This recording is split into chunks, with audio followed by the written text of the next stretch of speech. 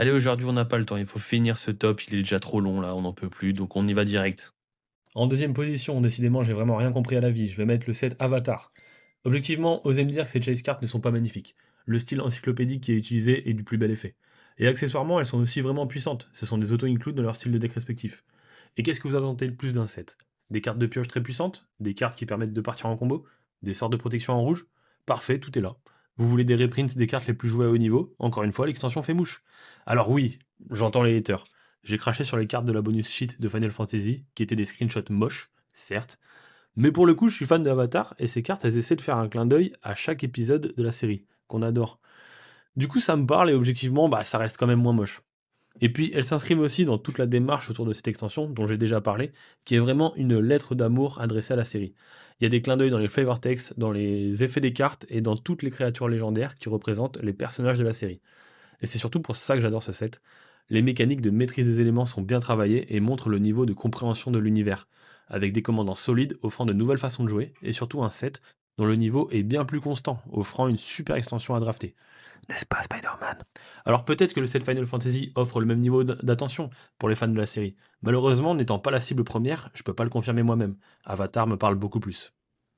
Et pour finir, et là je pense retrouver du soutien, je mets Aux portes des éternités en set numéro 1 de cette année 2025. J'en ai déjà parlé sur la page, mais cette extension a vraiment été une de mes meilleures surprises de l'année et une des meilleures ouvertures ever.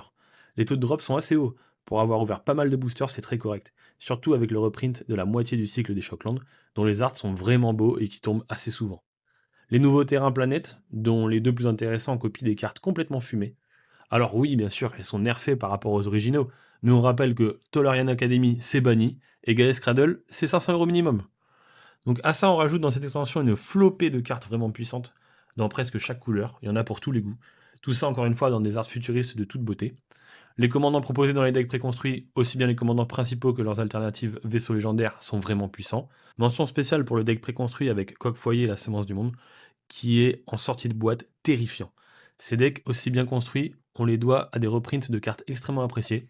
Coucou Corvold, coucou Joyra, mais aussi aux cartes exclusives à cette extension qui finissent de marquer le coup. On ajoute à cela une flopée de créatures légendaires comme Tanuk ou Ragost qui nous offrent une flopée de commandants possibles pour faire de nouveaux decks bien puissants. Et pour finir, comment ne pas parler de la bonus sheet de cette extension, qui regroupe 45 reprints de terrains tous plus beaux les uns que les autres, avec en tête de gondole bien sûr l'ancienne tombe. La majeure partie de ces terrains profitent de deux artworks différents et peuvent être sortis en Galaxy Foil, ce qui les rend encore plus belles et désirables. C'est vraiment la cerise sur un gâteau qui cochait déjà toutes les cases. Bon et maintenant, place à 2026. Quel set vous hype le plus? Moi perso, j'ai déjà mon